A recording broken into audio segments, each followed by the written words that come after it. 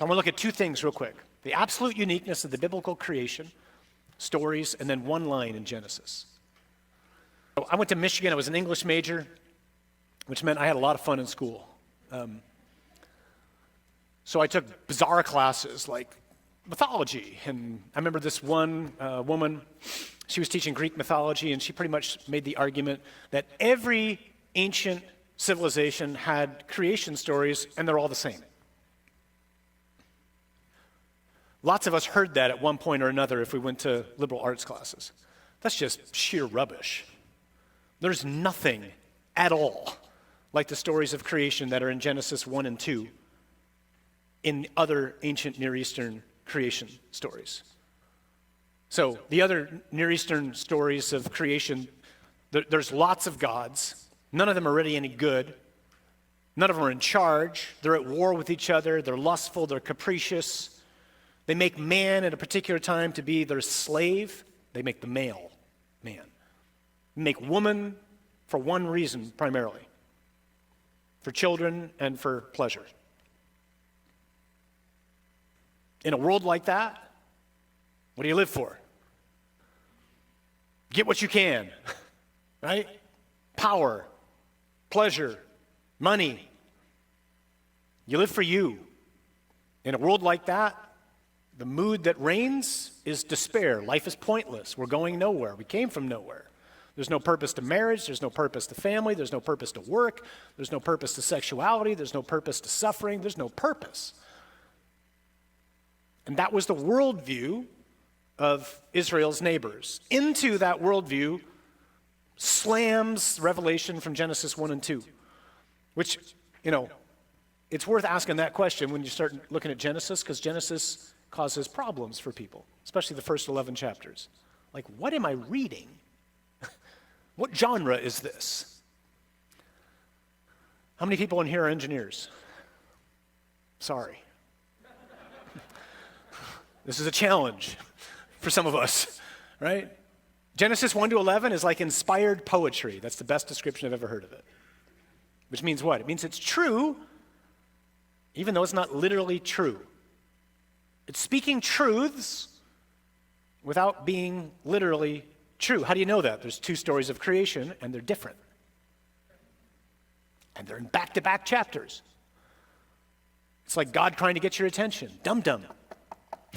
Don't read this literally, but understand the truths that I'm revealing, right? So I'm reading inspired poetry. And Genesis 1 and 2 reveals these things. Now, there's not lots of gods. There's one God, and oh, by the way, he's really good. And he creates out of love, not out of need. Like, God isn't bored. Boredom is actually a modern word. The advent of the word boredom comes from roughly the time of the Industrial Revolution. I've always thought that's hysterical. Boredom is a modern phenomenon. The ancient world didn't know boredom. Certainly not like we do. So God isn't bored. He's not bummed out because there's no fans in the games, in the stands. He creates out of love, not out of need. He creates effortlessly. He just speaks and things come into being. And the highlight of everything he makes is you. You and you alone are made in his image and his likeness. And you're made for communion with him and with each other. And the end for you and me and every single person is to be divinized. The church has one special interest. Every single human being. That's her special interest. Remember where you were on 9/11? I was in an airport in Chicago. About to get on a plane, flying to Minneapolis, watching a little monitor. Remember what life was like before 9/11? And you're walking in line, and it's like, it looks like a plane just flew into the World Trade Center, and then sheer bedlam. Evacuated the airport, put us onto buses. They bussed me over to a hotel with a bunch of the flight attendants and pilots and some others who were on the planes in the airport. And I just sat in a lobby for 5 hours waiting for a friend of mine to drive down from La Crosse, Wisconsin to pick me up. And so we just, like everybody else, I'm glued to a television, right? Watching everything crumble. And I'll never forget, I'm watching whoever we were watching, I don't remember which network it was, and as I'm watching this guy's narrating everything that's happening, and as he's sitting there looking at the screen, somebody hands him something from off set, and he takes it and he looks at it. He gets this really, concerned look on his face, and he looks at the camera and he says, I just saw the origin of those planes. Those planes fly back and forth every day from Boston to LA. And then he looks at the camera and he says, I'll bet there were a lot of important people on those planes.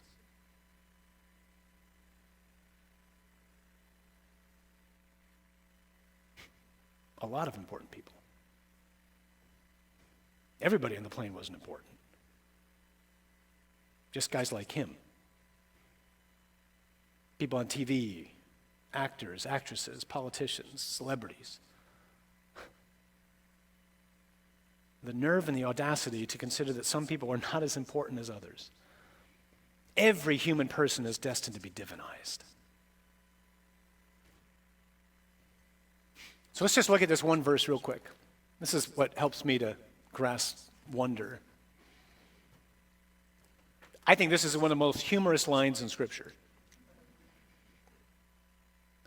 God made the two great lights. The greater light to rule the day, that would be the sun, right? And the lesser light to rule the night, that would be the, right? And then I picture like Moses or whoever, right? He's sitting there with whatever he's writing with. He's like, oh yeah, he made the stars too.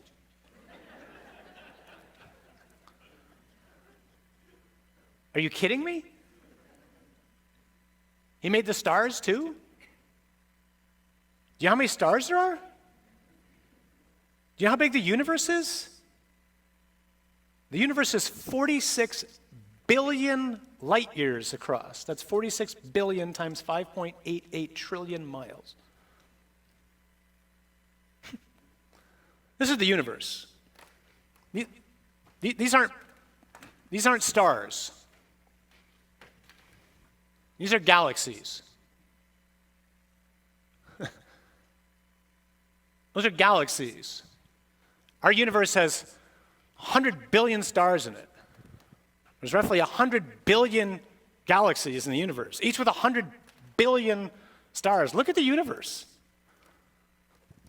These are all from the Hubble Space Telescope. Sometimes I just pull this up and I pray with it as I try to contemplate God's grandeur and remind myself, this is who I'm talking to right now, the one who made this, like without any effort whatsoever. I think he can handle my problem, right? These aren't drawings. This is photographs from the telescope.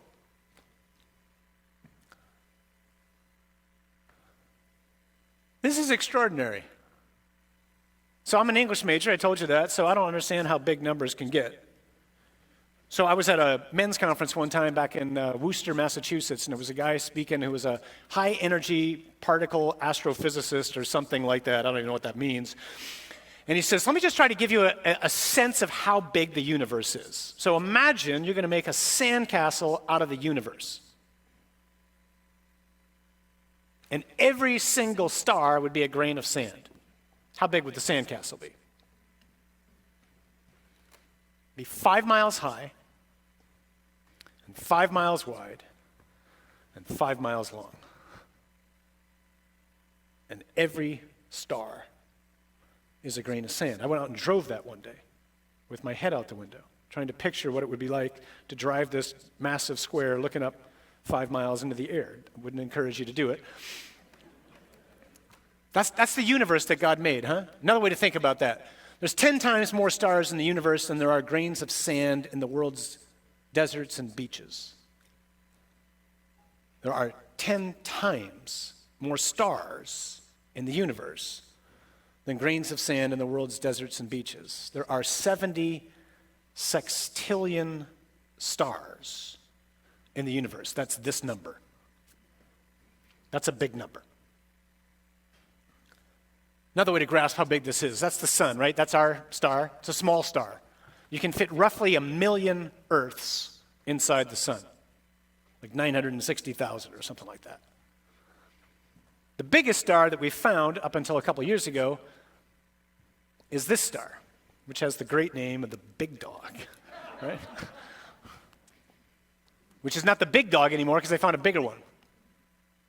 You know how many Earths you can fit inside the big dog? You can fit 7 quadrillion Earths inside that one star. I have no concept of how big that number is. All right, so I'm going to ask you to count to 1 million. So start, okay? And it's going to take you 11 and a half days. And your good brother's, he's going to count to 1 billion, huh? And we're going to see you in 31 years. And the brother next to you, I'm sorry about this, but you're counting to 1 trillion, and we're going to see you in 31,000 years. And I'm going to take a quadrillion, okay?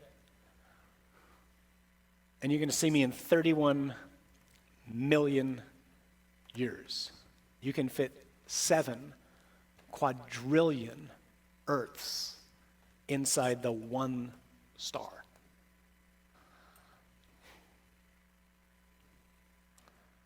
Remember that number? So if 1 quadrillion seconds is 31 million years, a sextillion, you're going to count to a quadrillion 10 million times. And there are 70 sextillion stars in the universe. When we say created, this is what we're talking about. This is why God's not anxious right now. God's not sitting up there pulling his hair out, going, oh, what are they doing? God doesn't need me to tell him what's going on.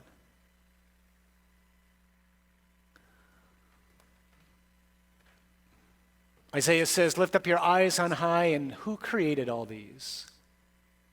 He leads forth the starry host by number. He calls each one by name. He knows the names of all of the 70 sextillion stars and all the hairs on your head.